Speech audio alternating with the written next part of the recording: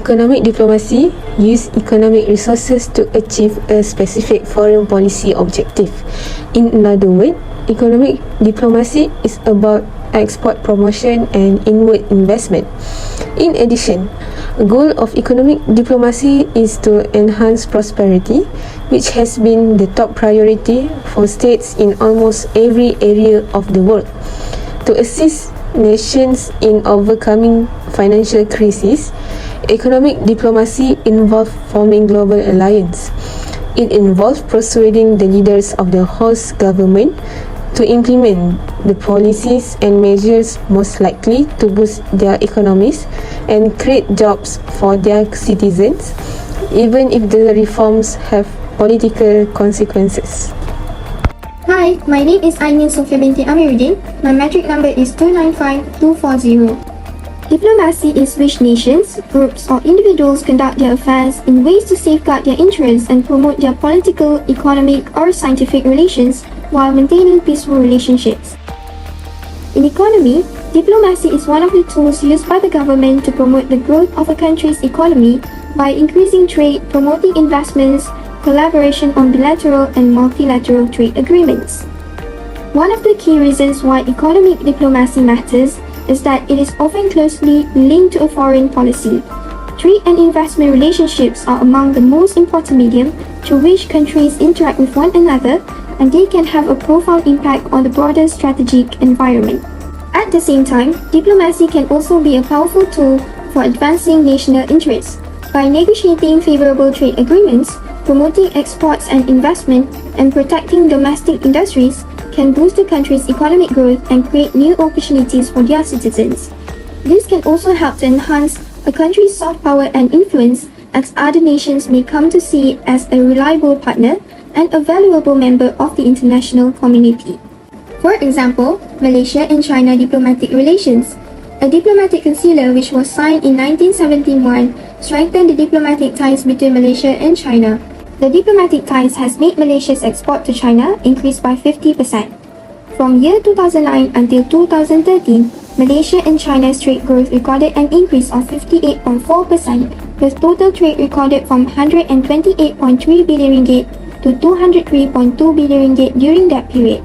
And now, due to Malaysia's strong diplomacy relations with China, Malaysia still continues to be one of China's main trading partners in ASEAN, with the value of trade between the two countries exceeding 880 billion ringgit in 2022.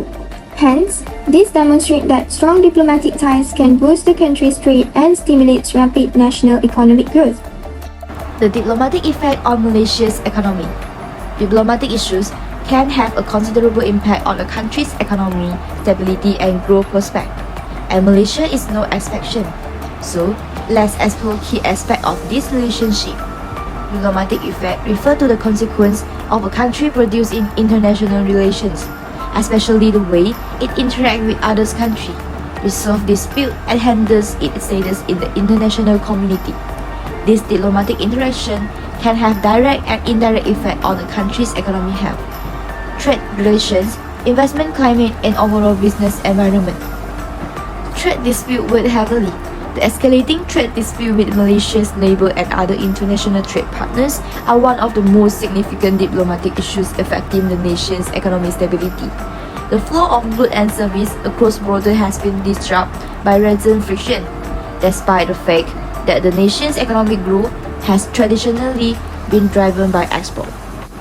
In addition to hindering Malaysia's export, the prolonged trade dispute with major trading partners have lowered investor confidence. International business continue to be wary of investing in a region that is struggling with uncertainty, which has resulted in a slowdown in foreign direct investment (FDI). Secondly, geopolitical tensions spark uncertainty. The changing international scene has likewise assumed a vital part in the strategic strain that Malaysia at present faces.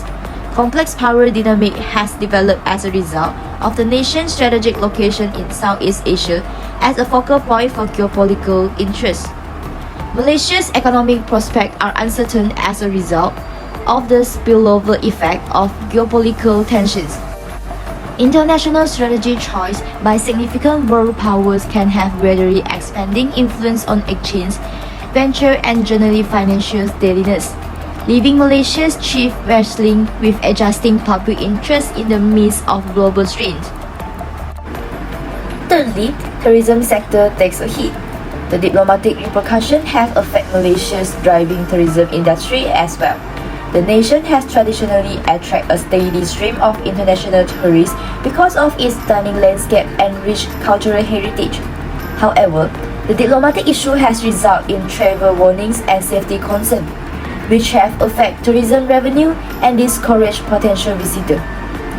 Business like tour operators, hotels, and restaurants have lost money as a result of the drop in tourism. The Malaysian government is investigating ways of renewing this basic area and drawing in travelers back to its shores. In conclusion, the diplomatic effects on Malaysia's economy are multifaceted and require careful consideration. Hi, my name is AZRINA, so I'm going to explain about the solution to conquer the issue. The first one is to implement new economic policy on China. This is because, due to the ethnic conflict in Malaysia in 1969, forcing the Malaysian government to change the country's development policy, which is the new economic policy (NEP), was implemented during this period. The main reason for the implementation of the new economic policy is that since the independence of Malaysia, Malays and Malaysian China always kept in an unequal status for a long time. And the specific implementation of the new economic policy mainly include changing the fiscal policy. This can be seen when the unsustainability of this trend forced the Malaysian government eventually to begin to adjust its fiscal policy orientation and to call for reducing the dependency syndrome of Bumiputra entrepreneur, and also proposal on reforming the tax structure as well as for fiscal consolidation may help alleviate the current fiscal imbalance.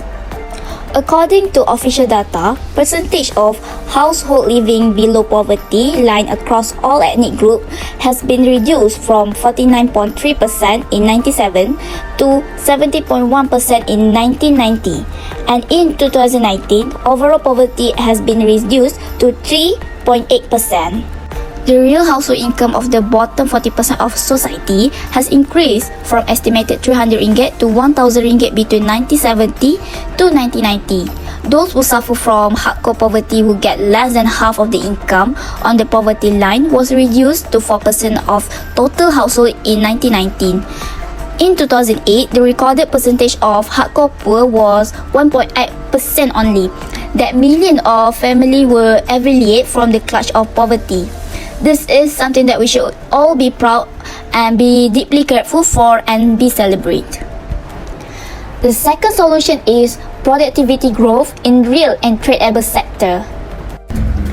Malaysia need to upgrade its export structure and reduce low-end and labor-intensive manufacturing.